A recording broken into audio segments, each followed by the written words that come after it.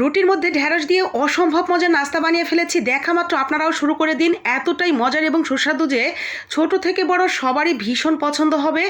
একেবারে নাস্তার প্রেমে পড়ে যাবেন খাওয়া মাত্রই। বিকেলবেলা চায়ের আড্ডায়, অফিস আদালত কিংবা বাচ্চাদের স্কুলে টিফিনেও দিতে পারবেন এই মজাদার এবং লোভনীয় নাস্তাগুলো।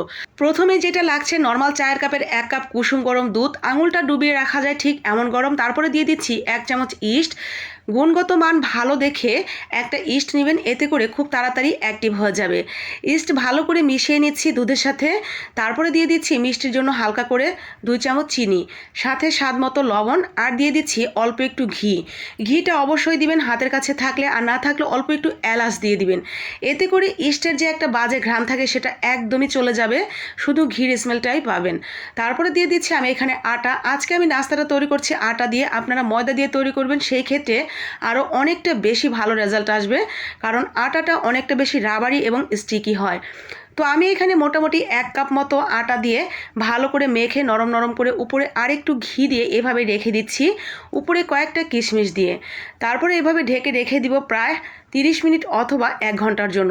ইস্ট অনেক বেশি ভালো হলে 30 মিনিটের মধ্যেই কিন্তু অ্যাক্টিভ হয়ে যাবে। আমারটা কিন্তু 30 মিনিটের মধ্যেই অ্যাক্টিভ হয়ে গেছে, আর একটু এদিক সেদিক হলে 1 ঘন্টা লাগতে পারে অ্যাক্টিভ হতে। তো এই তো দেখতে পাচ্ছেন পুরোটাই একেবারে ফুলে ফেপে গেছে, আর বেশি রাবারি দেখায়নি, কারণ এটা কিন্তু আমি আটা দিয়ে তৈরি করছি, যার কারণে।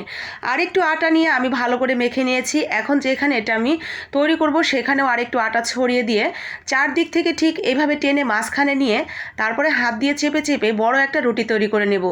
নর্মাল যে রুটি থাকে তার থেকে অনেকটা বেশি মোটা, বলতে পারেন 1/2 ইঞ্চি মোটা করেই আমি এটা তৈরি করছি।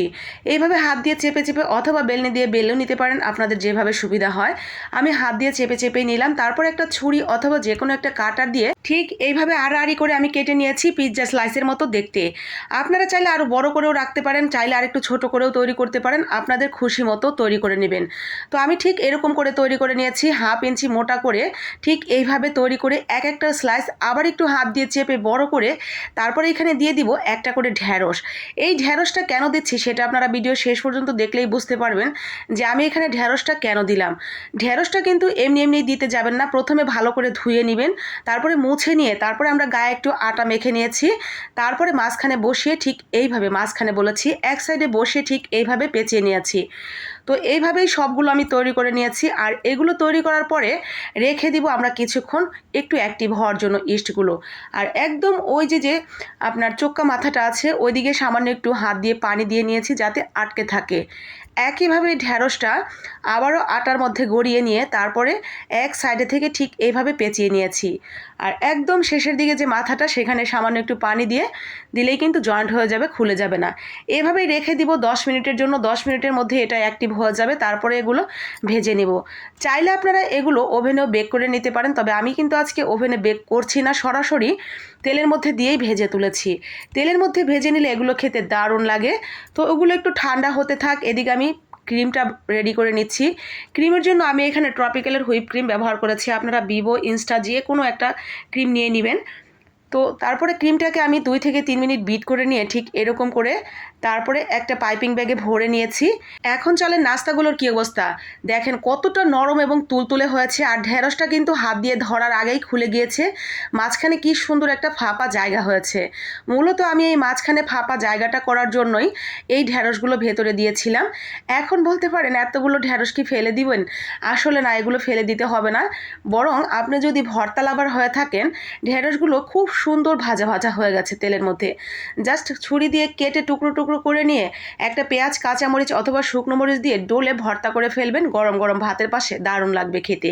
এখন সেই নাস্তাটার মধ্যে যে ফাঁপা জায়গাটা তৈরি করেছিলাম সেখানে সেই পাইপিং ব্যাগে ভরে রাখা ক্রিমটা দিয়ে আমরা ফিল আপ করে নিচ্ছি। ব্যাস, আমাদের রেডি হয়ে গেছে ক্রিম ভরা এই নাস্তাটা। অসম্ভব মজার এই নাস্তাটা, দেখতে যতটা চমৎকার এবং খেতে তার থেকেও অনেকটা বেশি মজার।